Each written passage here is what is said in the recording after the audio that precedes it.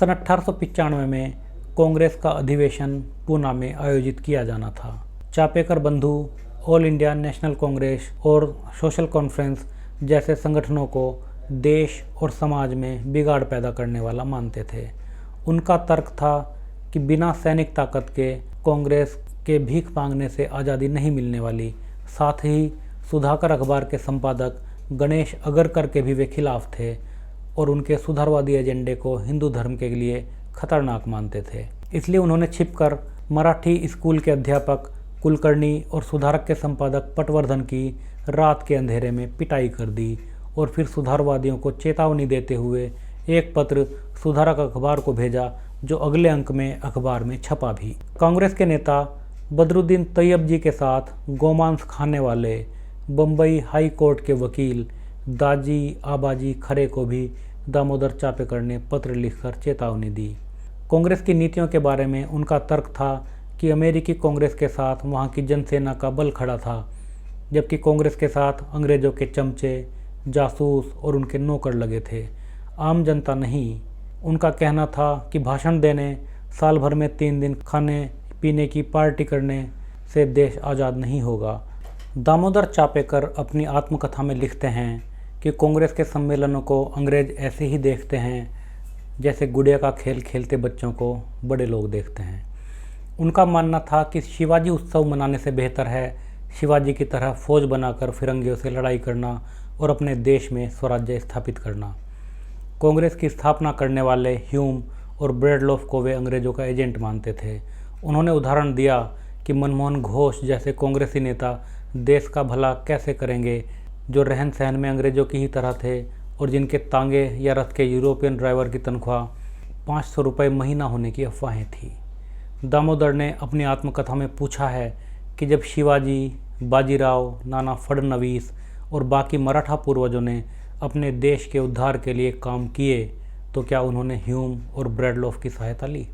लेकिन चापेकर भाइयों को लगता था कि उनके सबसे बड़े दुश्मन ईसाई मिशनरी थे, जो हिंदुओं के धर्म और संस्कृति की निंदा कर हिंदुस्तानियों को अपमानित करने का कोई मौका नहीं चूकते थे।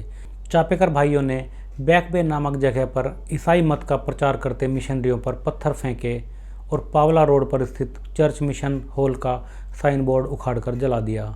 बुधवार रोड स्थित एक बिल्डिंग की ऊपरी मंजिल पर यूरोपियन मिशनरी ईसाई मत का प्रचार किया करते थे।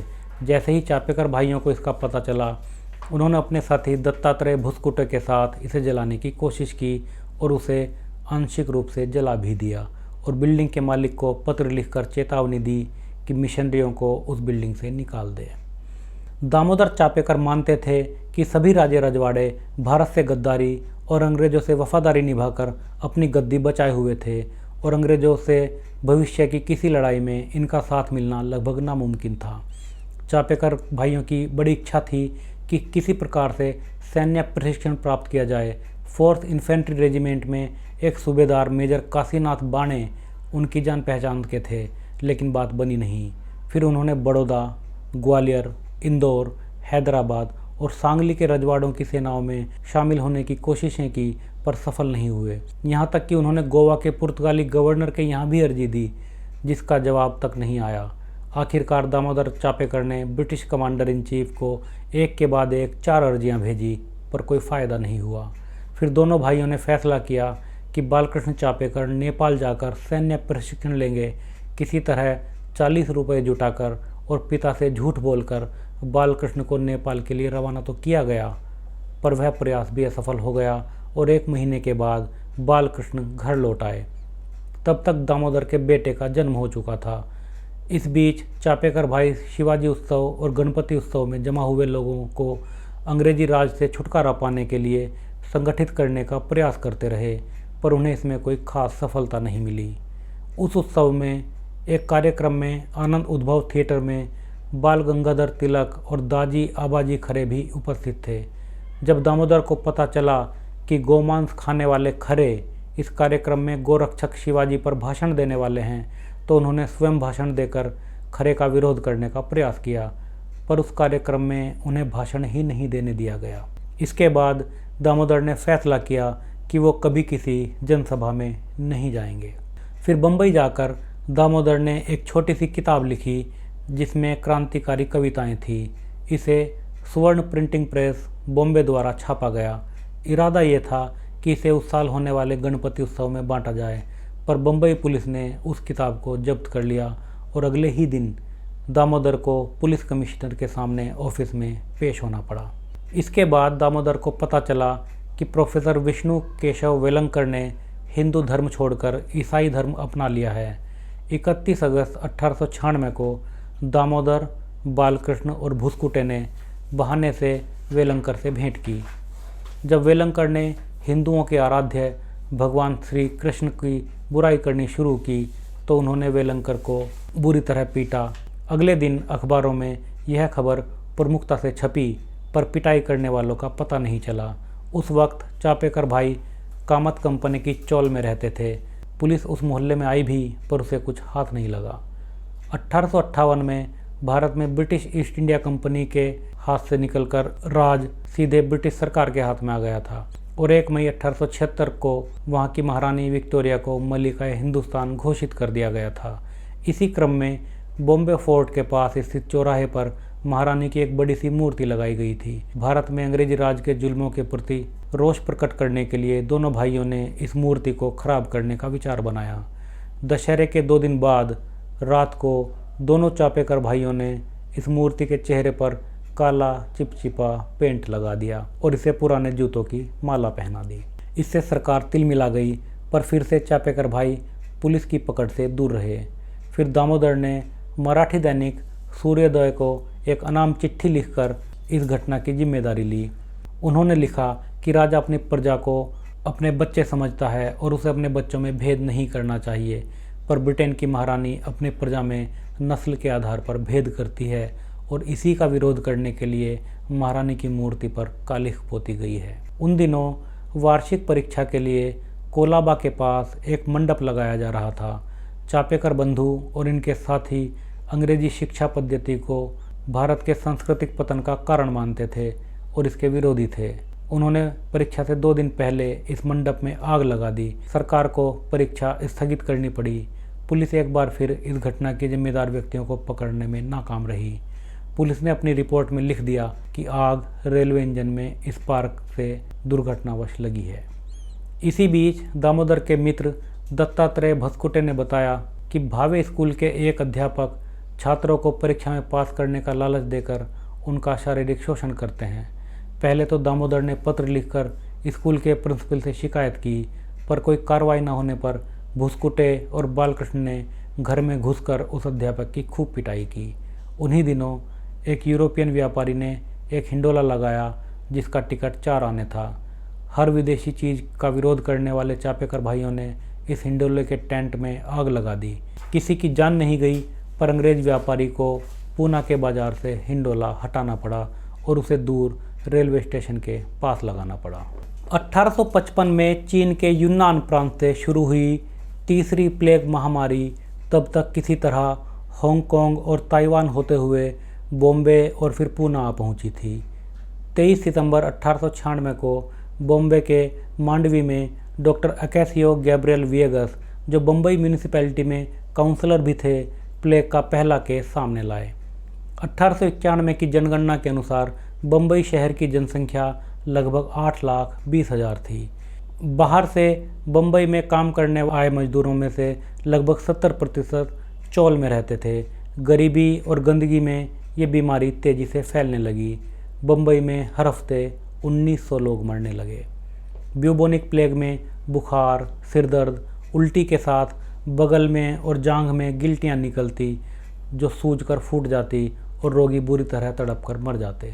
बम्बई प्रेसिडेंसी के गवर्नर लॉर्ड सैंडहर्स्ट ने तब तक हैजे का टीका विकसित कर चुके पेरिस के पास्चर इंस्टीट्यूट के प्रसिद्ध वैज्ञानिक हॉपकिंस को बम्बई बुलाया, जिन्होंने बम्बई के ग्रांट मेडिकल कॉलेज में दिन रात एक कर 3 महीने में ब्यूबोनिक प्लेग का पहला टीका तैयार किया। इस टीके के साइड इफ़ेक्ट थे, पर यह कामयाब टीका था और इसने काफ़ी हद तक महामारी पर काबू पाने में मदद की। तब तक ये महामारी बम्बई से निकलकर पश्चिमी भारत के कई शहरों में फैल चुकी थी। पूना में भी इसने लोगों को अपना शिकार बनाना शुरू कर दिया था। फरवरी 1897 तक पूना शहर की आधी आबादी शहर छोड़कर दूर दराज के इलाकों में चली गई थी।